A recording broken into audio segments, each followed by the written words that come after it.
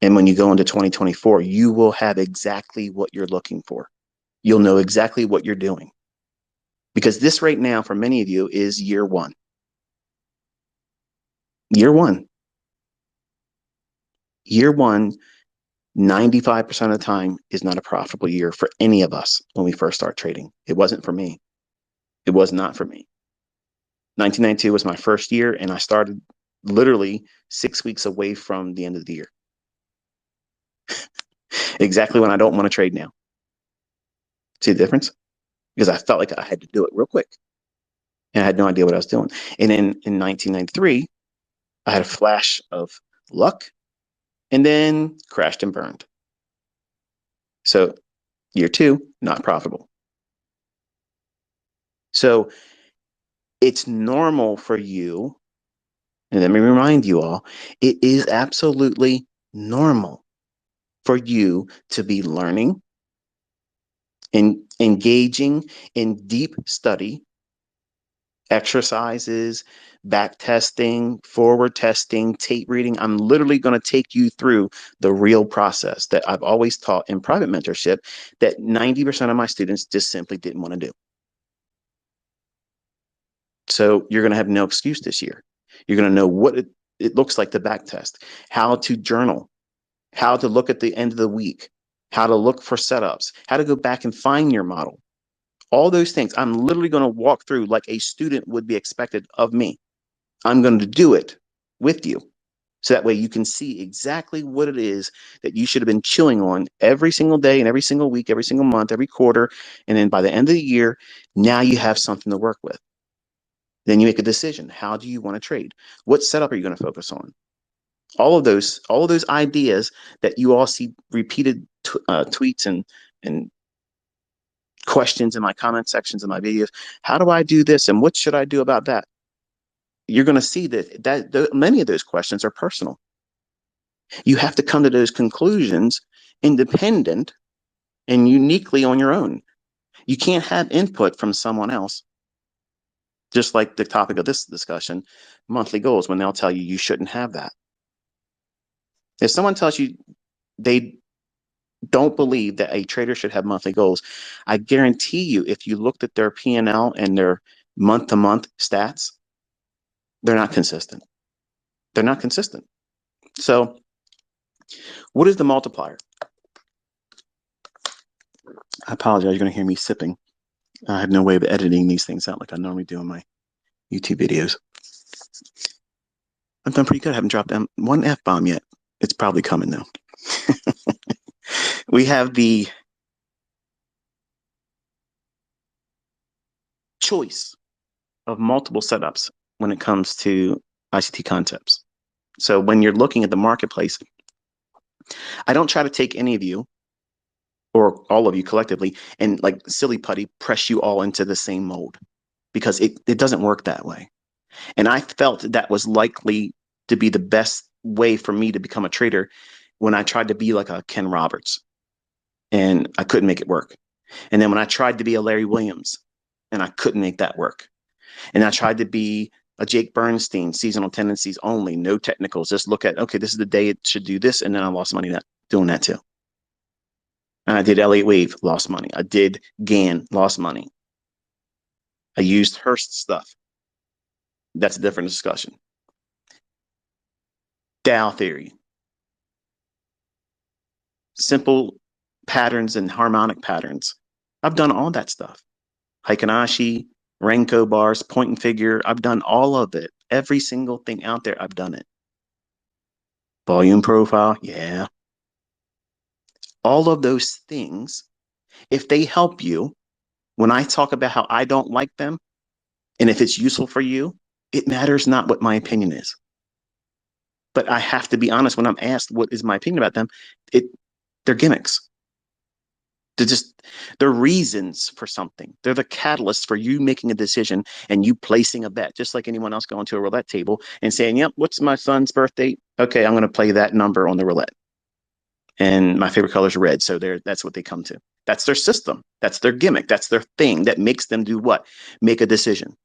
But then they have to decide how much money they're going to bet. They're going to keep betting that over and over and over again until they blow all their money. So it matters not really what you're doing to get into the marketplace, because you can make money if you're a good money manager. You can make anything a coin flip that can be utilized as a catalyst. But if you can't let your winner run and cut short your losing positions, it matters not what you're using. So what's the advantage of my stuff? My stuff is very precise. So if you add in the fact that it's aligned with the market algorithm, times when the market's likely to do certain things, look what happened today. I told you, close your charts. What happened in the marketplace? Chop. And I've watched so many people on the internet in live streams and on Twitter and on, well, I don't have an Instagram, but I have people that send me stuff that, look at this guy, look at this lady, look at this person. They're over there trying to do this and they're calling this and they're getting chewed up. You have to know when not to do something. You have to know when your son's birthday and your favorite color isn't likely to come up on the roulette table. If it comes up right on your next spin, what's the chances of it happening again right after that? Next to zero. So you have to know when not to do something. And unfortunately, a lot of these folks out there pretending and masquerading as mentors and teachers, they haven't even been in the game long enough to know what it's like to be in a market that is not tradable. Everything's going to the moon. Everything's on fire. This market's lit. It's gonna run and blow the top off, or it's gonna melt completely down. Everything's an extreme. And I get that. That's how you can tell their length of time in trading, because everything is an emotional experience. It's all hyped up. And that's why a lot of the folks that are in that's a cult. They don't like someone like me because I'm fuddy-duddy. I'm monotone. Unless I go ratchet ICT on a Twitter space, there's really nothing, that gets all that animated. But you want to be just like this with your money. Like, do you want to be nuts and just insane with all your betting and putting money at risk on emotionalism and hyped up decision making? No.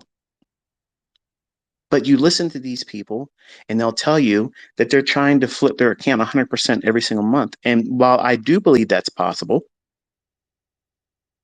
is it possible for you as a new startup? You just started learning about this stuff. Do you think it's realistic for you to have the even considering at all that being a goal for right now? Because if you think that's a goal for you, you won't be here long.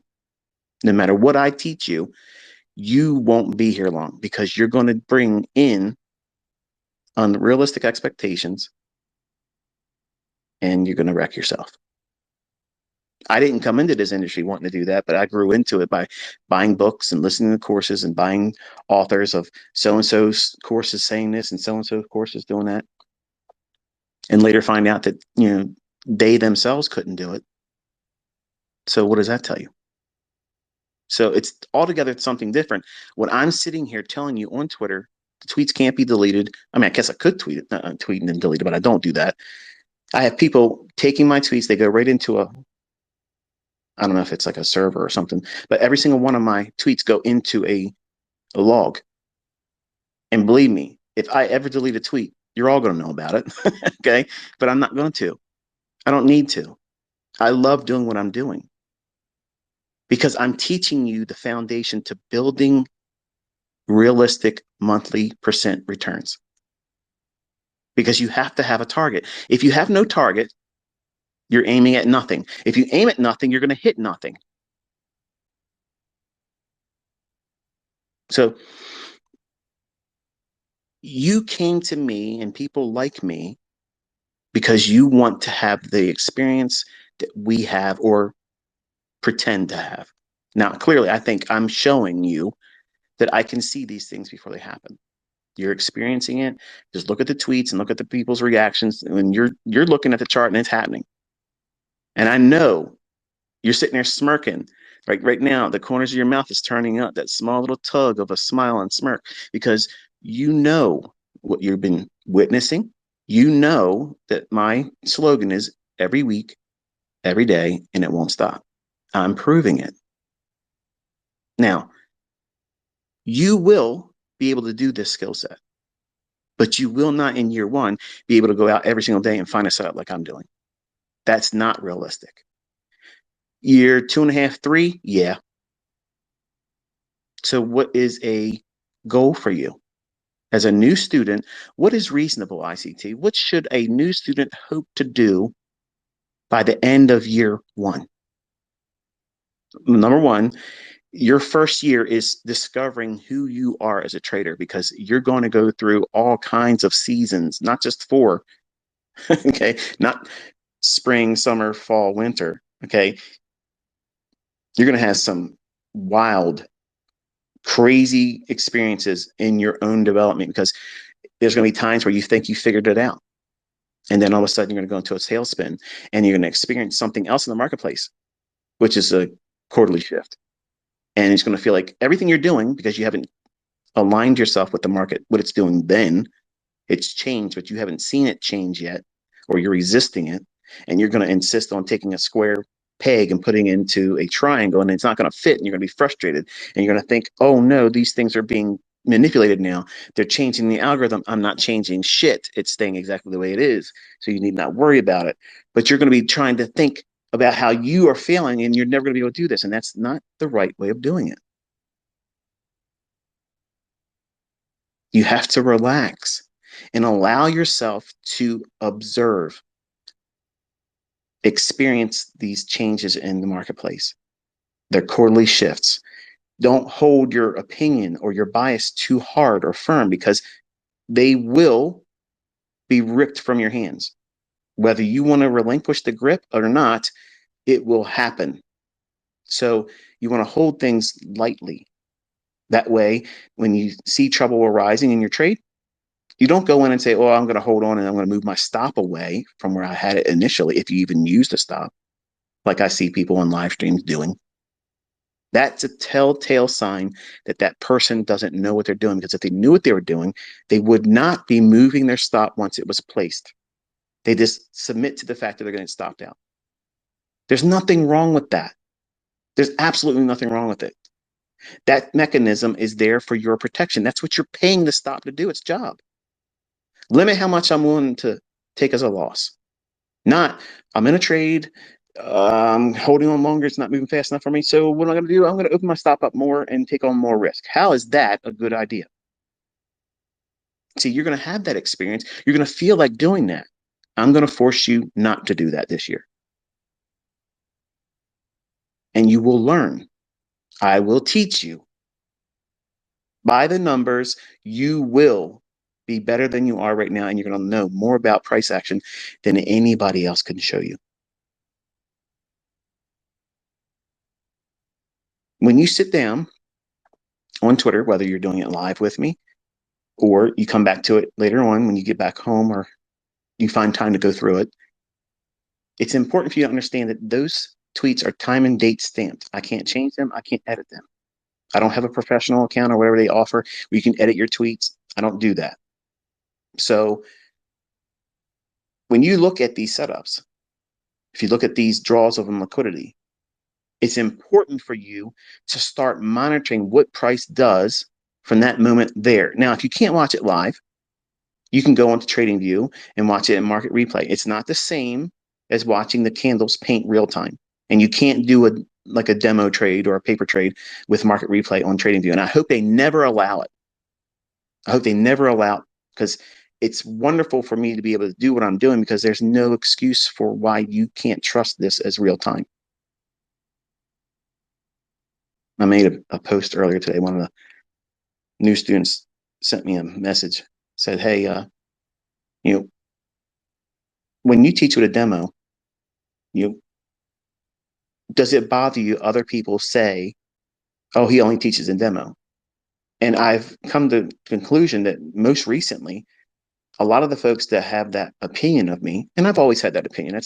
It's always been levied against me because they want to see me perform in a live account because they just want to be like I'm a entertainer, like a WWF wrestler. Like they want to pay a fee, which is their time, and I'm obligated to entertain them. No, I'm not. If I'm not entertaining you with precision with a demo before it happens, what difference does it make how much money I'm making? It makes no difference whatsoever. You just want to see that experience. So explain why I'm able to do it with just the paper trades, because I'm showing you that it's before the fact. And there's no answer to it outside the fact that it's really there. It's happening. And you can learn it instead of arm wrestling me, learn how to do it. But the student says to me, does it bother you? I was like, no, because these same individuals that are levying their opinion about whether it's being taught in a live account or if it's in a demo, they're trading with funded accounts. And funded accounts are demo.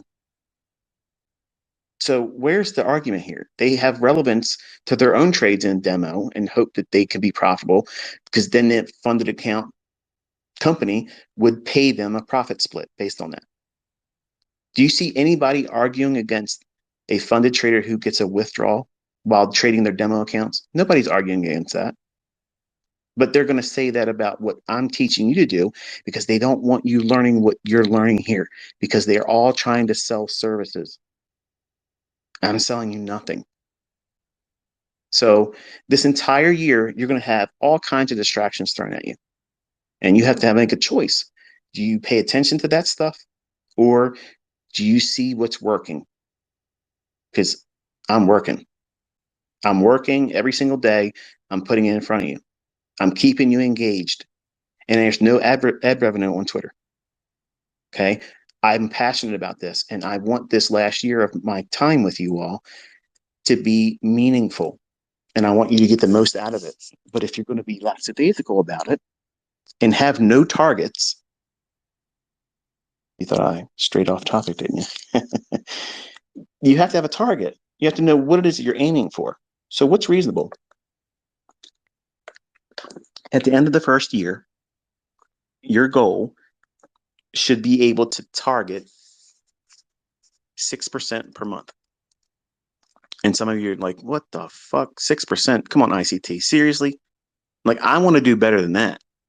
Your first year, you're probably not going to, because you're going to find these barriers that you don't even realize you have yet. You don't even know what you don't know about yourself yet until you get into that trading account, whether it be funded through a prop firm or your own money. You don't know what it feels like to have a trade on that you thought damn well it was going to do what you thought it was going to do, and you took your stop loss off because you don't want to be wrong. You don't want to be wrong. You're going to take your stop loss off or open it up, and then, which would have been a 1.5% loss, now became a 5% loss. And now you're thinking, oh, I broke the rule. I got 5%. Man, I don't want anybody to see this. I got to fix it. And you're going to go in and try to do what? Over leverage, over trade. And that never works out well. And even if you could get it back, that's not skill. That's gambling. I'm not teaching gamblers. Okay, you want to gamble? Go to the casino. You want to learn how to manage money? You're in the right place. You want to have multiple ways as a catalyst to get into a trade? You found the right place. You want to know what the market's likely to do next? You sure as hell are in the right place. That's what I'm proving to you daily on Twitter. I'm proving it to you that you can see these things coming, and you don't need a whole lot of movement to do well. Some of you have heard people say, you shouldn't have these goals because the market can't be timed and you don't know what the market's going to give you. Again, this is being spoken from people that have no fucking idea what they're doing. They're hit and miss. Their logic is lacking. They're looking at retail indicators and they're only taking trades based on that mathematical acrobatics of what price has already done, calculating all this bullshit. spitting out some kind of indicator. And instead of looking at price and watching what the fuck that's doing, where's it going? Where's it come from? They're spending all their time and anxiety poring over indicators, thinking that that's going to be what? The crystal ball. That's the thing that helps them figure it out. That's their edge. That's their secret weapon.